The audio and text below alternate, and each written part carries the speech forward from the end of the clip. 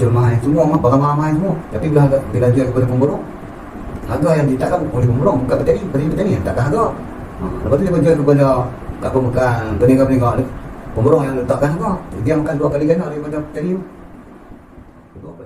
Assalamualaikum dan selamat sejahtera. Untuk menyiapkan tugasan berkumpulan prinsip ekonomi BEEB 1013, kami telah membuat tinjauan masyarakat tentang inflasi di Malaysia dan tinjauan tentang kenaikan harga bahan mentah.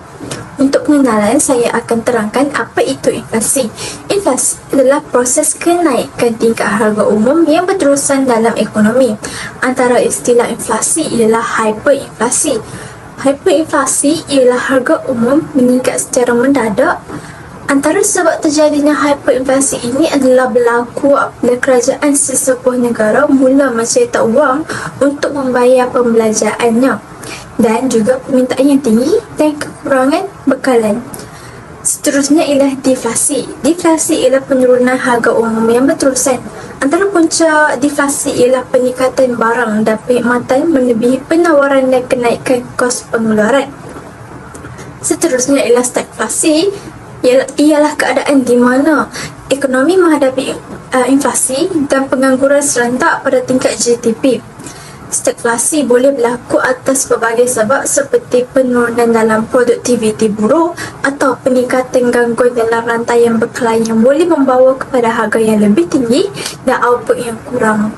Antara kesan utama inflasi ialah termasuknya ketidakstabilan ekonomi kerana ia boleh merosakkan daya beli, mengurangkan nilai wang dan menjejaskan taburan pendapatan dengan memakan kuasa beli. Ia juga memberi kesan kepada penghutang dan menghutang kerana nilai wang yang dipulangkan mungkin tidak seiring dengan nilai yang dipinjamkan.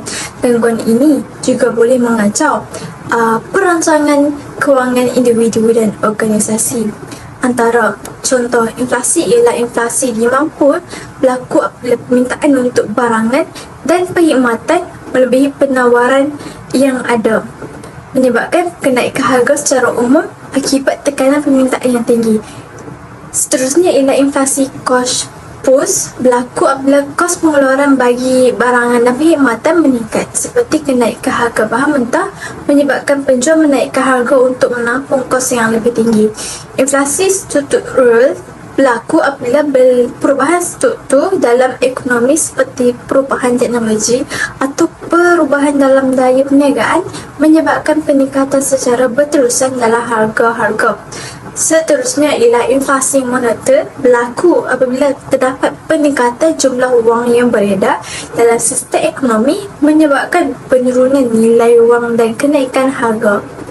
Seterusnya ialah inflasi hibrida, iaitu kombinasi atau kesan gabungan dari dua atau lebih inflasi yang disebutkan di atas yang terjadi dalam situasi di mana lebih dari satu tekanan inflasi berlaku secara serentak.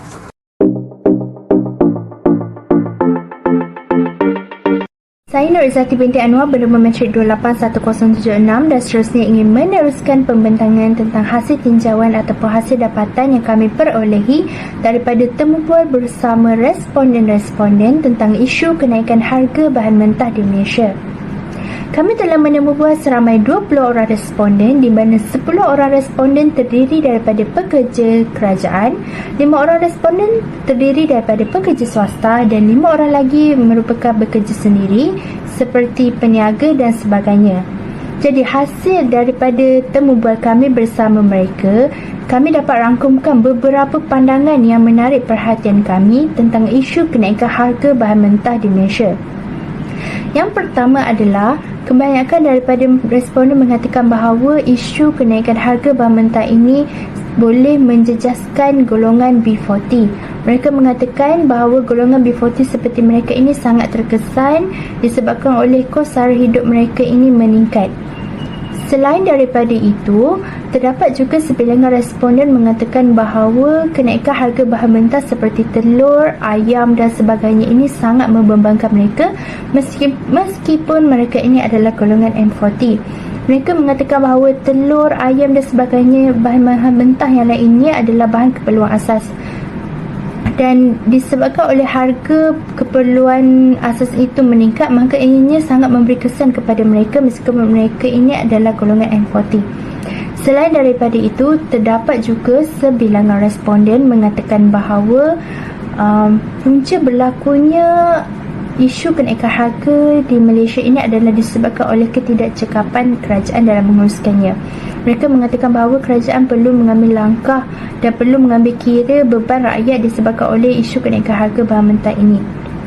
Selain daripada itu, terdapat juga sebilangan respon mengatakan bahawa peniaga-peniaga ingin mengaut keuntungan dan disebabkan itulah harga bahan meningkat.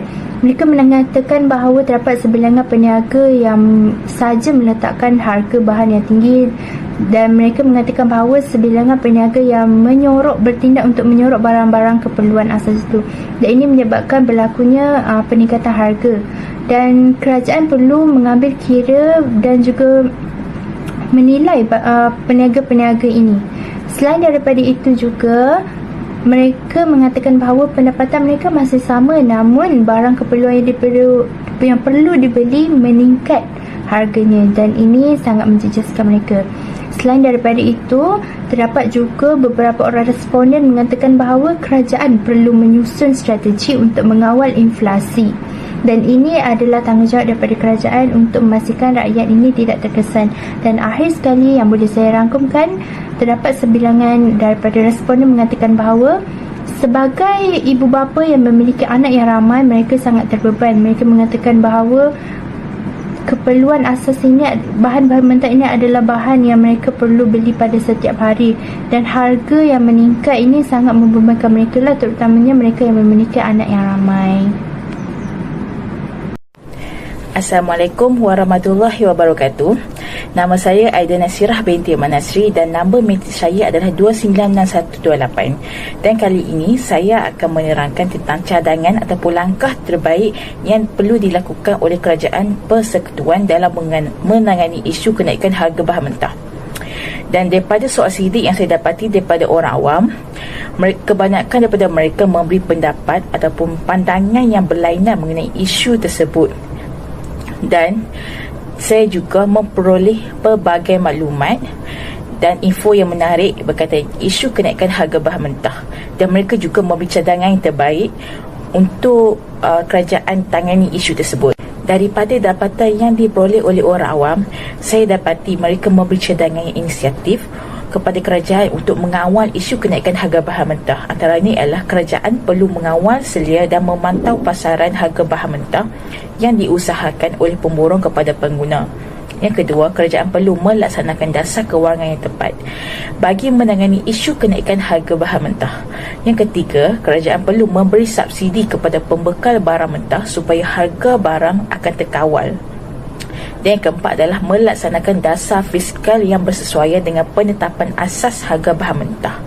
Sebagai contoh, kebanyakan daripada masyarakat kita adalah penduduk yang kurang berkemampuan. Jadi mereka perlu melaksanakan dasar fiskal yang bersesuaian supaya penduduk kita dapat membeli barangan yang pada harga yang berpatut. Kaki tangan kerajaan perlu ada sifat tanggungjawab untuk menangani isu kenaikan harga bahan mentah supaya harga bahan mentah bagi penduduk luar maupun dalam badan dapat dikawal. Dan seterusnya adalah kerajaan perlu mengawal subsidi harga bahan mentah yang dipakai oleh warga asing dan penduduk tempatan. Sebagai contoh, kadar pengambilan bahan mentah seperti telur, gula, minyak masak dan beras yang dipakai oleh warga asing tidak dikawal dengan ketat. Dan disebabkan masalah tersebut telah membuat rakyat Malaysia, rakyat tempatan marah akan hal tersebut kerana warga asing tidak membayar subsidi, tetapi kita sebagai penduduk rakyat Malaysia membayar subsidi dan kita tak dapat apa yang kita harus miliki. Dan oleh itu, kebanyakan daripada kita rakyat Malaysia perlu memberi cadangan yang inisiatif kepada kerajaan persekutuan untuk mengawal isu ini, dan mereka memberi pendapat bahawa kerajaan perlu mengawal subsidi harga bahan mentah yang dipakai oleh warga asing kerana mereka memakai barang-barang mentah tanpa membayar subsidi, yang itu membuatkan kita sebagai rakyat Malaysia marah.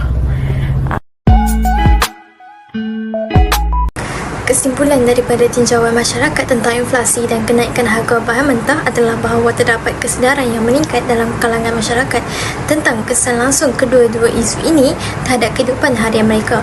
Kenaikan harga bahan mentah telah menyebabkan tekanan kewangan yang ketara, merosakkan daya beli dan menimbulkan ketidakpastian kewangan dalam kalangan rakyat. Di samping itu, masyarakat juga menunjukkan harapan yang tinggi terhadap tindakan proaktif kerajaan untuk mengawal inflasi dan kenaikan harga bagi meningkatkan kestabilan ekonomi dan kualiti hidup.